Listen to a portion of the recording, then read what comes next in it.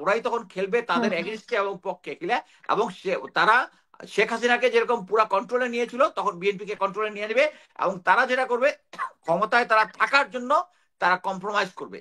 এই জিনিসটা বন্ধ করার জন্যই সংস্কারটা দরকার, এবং এই জন্যই প্রফেসর ইউনূস সংস্কারের জন্য বেশি জোর দিচ্ছেন। বিভিন্ন অফিসারের সাথে কথা বলি যে তারা বলছিল যে না, ডিজিএফআই এবং এনএসআই তারা এখন ইয়ে হয়ে গেছে, তারা এখন সরকারের কথা মতো চলতেছে।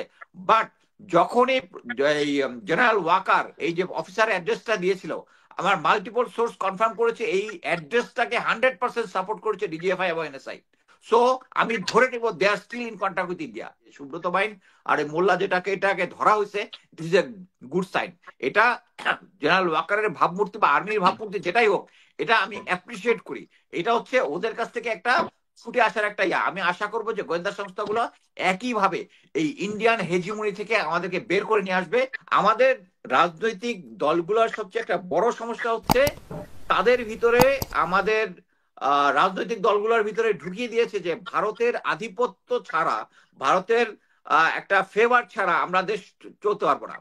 এটা যতক্ষণ পর্যন্ত ঠিক, যতক্ষণ পর্যন্ত আমাদের রাজনৈতিক দলগুলা বিশ্বাস করবে তাদের ছাড়া আমাদের চলবে না। এবং এইটাই হচ্ছে তাদের স্ট্রং পয়েন্ট। একটা জিনিস বুঝে রাখেন যে এখন যে বিএনপি ভারতের সুরে কথা বলতেছে, এবং অন্যান্য রাজনৈতিক দলগুলা কিন্তু নির্বাচন চাচ্ছে না, কিন্তু তারা বলতেছে ডিসেম্বরের মধ্যে নির্বাচন চাচ্ছে।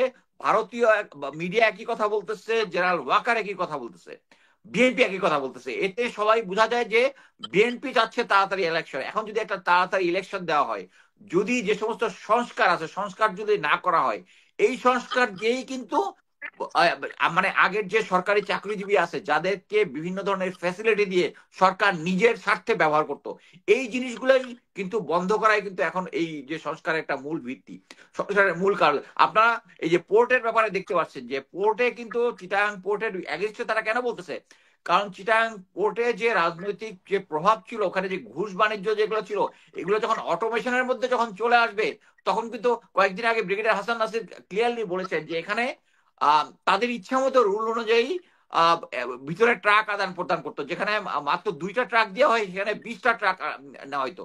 এটা ওনারা বন্ধ করে যাওয়ার পরে কিন্তু একটা ওপেনিং আরো খুলে গিয়েছিল। এই জিনিসগুলো বন্ধ করার জন্য প্রফেসর ইউনূস কাজ করতেছেন। তো এখানে ভারত এবং যদি বিএনপি যদি কনভিন্স হয়ে এখন নির্বাচনটা চায়, যেটা হবে আমি বিশ্বাস করি যে এখন যেটা হয়, এখন বৃহত্তম রাজনৈতিক দল হচ্ছে বিএনপি।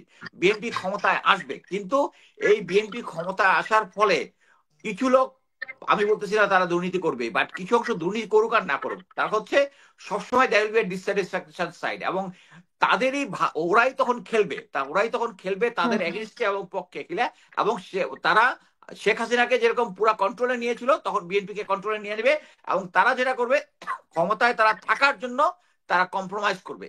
এই জিনিসটা বন্ধ করার জন্যই সংস্কারটা দরকার, এবং এই জন্যই প্রফেসর ইউনূস সংস্কারের জন্য বেশি জোর দিচ্ছেন বলে আমি ধারণা করি।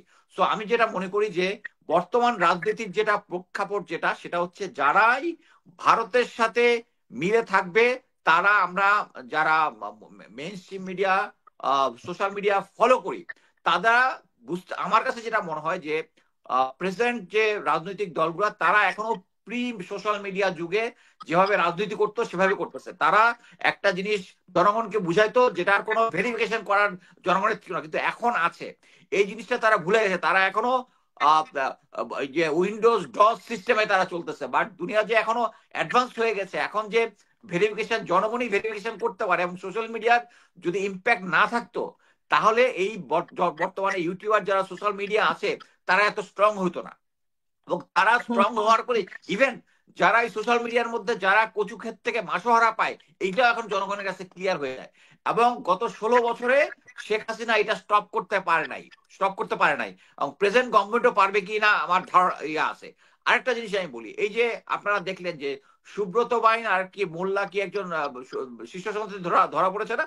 হ্যাঁ, আমি আপনাকে একদম কনফার্ম হয়ে বলতে চাই, এরা ছিল হচ্ছে গোয়েন্দা সংস্থার আন্ডারে, গোয়েন্দাতে বন্দি ছিল বলতেছি না, তারা গোয়েন্দা সংস্থার কন্ট্রোলে ছিল। এরা আমাদের গোয়েন্দা সংস্থা এবং ভারতীয় গোয়েন্দা সংস্থা এদেরকে কন্ট্রোল করতো।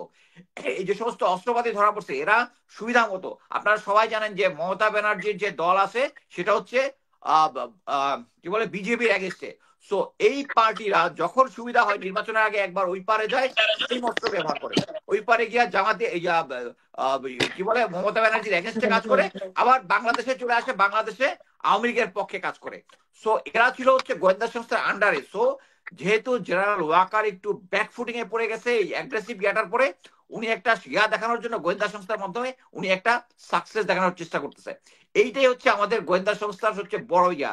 সাকিব ভাই যেটা বলেছেন যে একসময় ভারতীয় গোয়েন্দা সংস্থার ইয়া অফিসও ছিল ডিজিএফআই অফিসের মধ্যে, এখন এটা আছে কিনা আমি জানি না, কিন্তু এইটুকু জানি যে তারা স্টিল এখনো ভালোভাবে ভালোভাবে কোঅলাবোরেট করতেছে। আমি একটা জিনিস বলি, আমার একটা কনফিউশন ছিল যে আমি যেহেতু বিভিন্ন অফিসারের সাথে কথা বলি, যে তারা বলছিল যে না ডিজিএফআই এবং এনএসআই তারা এখন ইয়ে হয়ে গেছে, যে তারা এখন সরকারের কথা মতো চলতেছে। বাট যখনই এই জেনারেল ওয়াকার এই যে অফিসার অ্যাড্রেসটা দিয়েছিল, আমার মাল্টিপল সোর্স কনফার্ম করেছে এই অ্যাড্রেসটাকে 100% সাপোর্ট করেছে ডিজিএফআই এবং এনএসআই। সো আমি ধরে নেব they are still in contact with India. তার মানে হচ্ছে এই যে সুব্রত বাইনা আর ইয়াটাকে দেখাচ্ছে, এটা একটা প্লে। জাস্ট জেনারেল ওয়াকারের যে মানে ধুলায় মিশে গেছে যে তার ইমেজটা, উনি বলে 5 ওয়াক্ত নামাজ পড়ে আর তাহাজ্জুদের নামাজ পড়ে, কিন্তু একটা জিনিস বুঝতে হবে, দেশপ্রেম হচ্ছে ইমানের অঙ্গ। দেশের বিপক্ষে যদি উনি ভারতের সাথে কন্ট্যাক্ট করে একটা ফ্যাসিস্ট আছে, ওনার ইমান নষ্ট হয়ে গেছে। এই সমস্ত তাহাজ্জুদের গল্প বলে কোনো লাভ নাই। সো আমি মনে করি যে এখন পর্যন্ত ভারত আমাদের মধ্যে যে কন্ট্রোলটা আছে, তবে হ্যাঁ আমি এটাকে সাপোর্ট করি যে সুব্রত বাইন আর মোল্লা এটাকে ধরা হয়েছে, this is a good sign. এটা জেনারেল ওয়াকারের ভাবমূর্তি বা আর্মির ভাবমূর্তি যেটাই হোক, এটা আমি অ্যাপ্রিসিয়েট করি। এটা হচ্ছে ওদের কাছ থেকে একটা ছুটে আসার একটা ইয়া। আমি আশা করবো যে গোয়েন্দা সংস্থাগুলো একইভাবে এই ইন্ডিয়ান হেজিমনি থেকে আমাদেরকে বের করে নিয়ে আসবে। এবং আমি যেটা মনে করি যে বিএনপি যদি এখন ক্ষমতায় আসে, তাহলে কিন্তু এই সেম জিনিসটা হবে, বিএনপির মাধ্যমে তখন আমাদের পলিটিক্সকে কন্ট্রোল করবে, যেটা আমরা কখনোই চাই না। সো আমি মনে করি ভারতেই সেই কূটনীতিক যিনি যেটা বলছে he should shut his mouth. এবং আমি মনে করি সাকিব ভাইয়ের সাথে একমত যে তারা বাংলাদেশের ভিতরে যে সমস্ত জিনিস আছে, যেগুলোর এভিডেন্স আছে, এগুলো এভিডেন্স ভিত্তিক তাদের একটা উত্তর দেওয়া আমাদের কূটনীতিক তরফ থেকে একটা জরুরি। ধন্যবাদ।